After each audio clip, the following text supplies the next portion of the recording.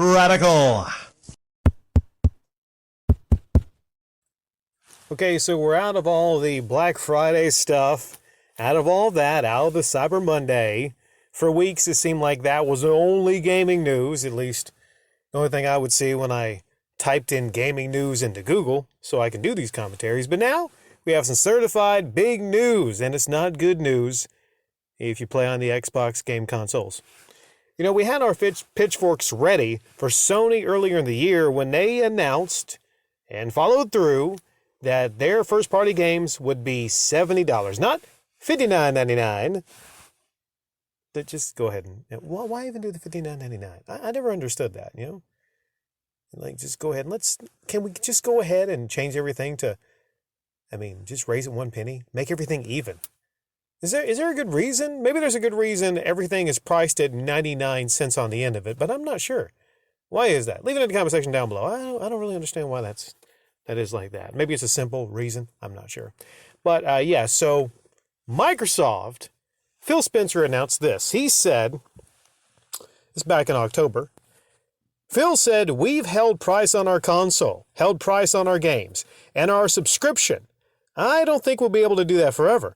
I do think at some point we'll have to raise some prices on certain things."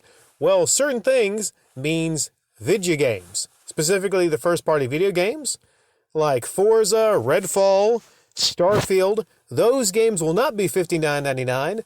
Those games will be $69.99. They'll be $70, but they aren't raising the prices ahead of the 2023 holiday season. So I'm curious, on the games that are already out, you know, the first-party games that are out for the Series X and S, which is what, like Forza? The Series X and S have been out for 2 years now, 2 years. And, what exclusives are out for the Microsoft system? Maybe I'm at a loss here. Maybe there's some. I'm not sure. It's kind of weird that it's been out for 2 years. And, of course, I'm not really heavily into gaming like some of you, but I just don't know of a lot of first-party exclusives where this might actually reflect a price change.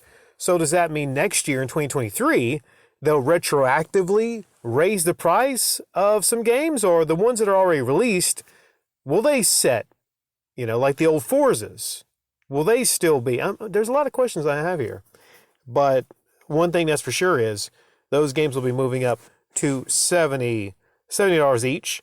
The more concerning thing is this doesn't rule out a possible price increase for the Series X and S. It doesn't. Because you see, it's the wording. Check us out. The wording, "We've held price on our console. We've held price on our games." I think that's softening people to maybe the future where they raise the price to $550 or $600 possibly on the Series X.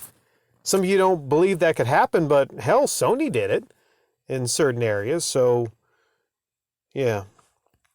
Now, some people might say, hey, with the tech, hell, with the way the dollar is really not worth as much right now, everything's going up in price. Some people might say gaming was the one thing where people could be like, okay, everything else is going up in price. Gas is going up, goods is going up. Vidja gaming, okay? Vidja gaming, at least it's still somewhat affordable. It's a little less affordable. Now, for future games from Ubisoft, Take-Two, those will be $70, but we already knew that. I think what people are willing to pay for a game like a Red Dead Redemption type game or a GTA, people will gladly put down $70 for Grand Theft Auto. Or maybe like, Starfield, or like a huge game.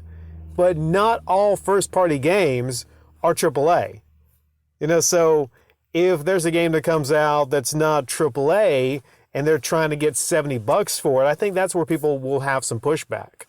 The Last of Us, the remaster or whatever, that came out for $70, but most people didn't really think that it was worth $70.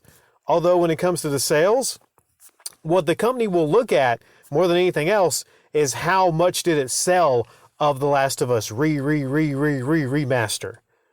If they sold a lot, then hell, they might look at it and go like, damn, we can raise the price up to 80 on these games. Fuck these consumers. They'll still gladly pay So we'll just keep raising the price.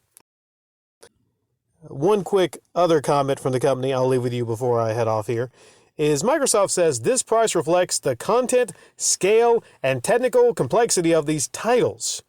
As with all games being developed by our teams at Xbox, they will also be available with Game Pass the same day they launch.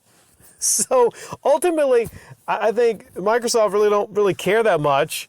Hell, in fact, if they start increasing the price of their first-party games, then that makes Game Pass all the more appealing, doesn't it? They can just point over there and say, like, well, yeah, you could be a sucker and pay $70 for these when they come out, or you could get on Game Pass. So my prediction is when they do this and games start raising up in price, then a lot more and more people will be subscribed to Game Pass.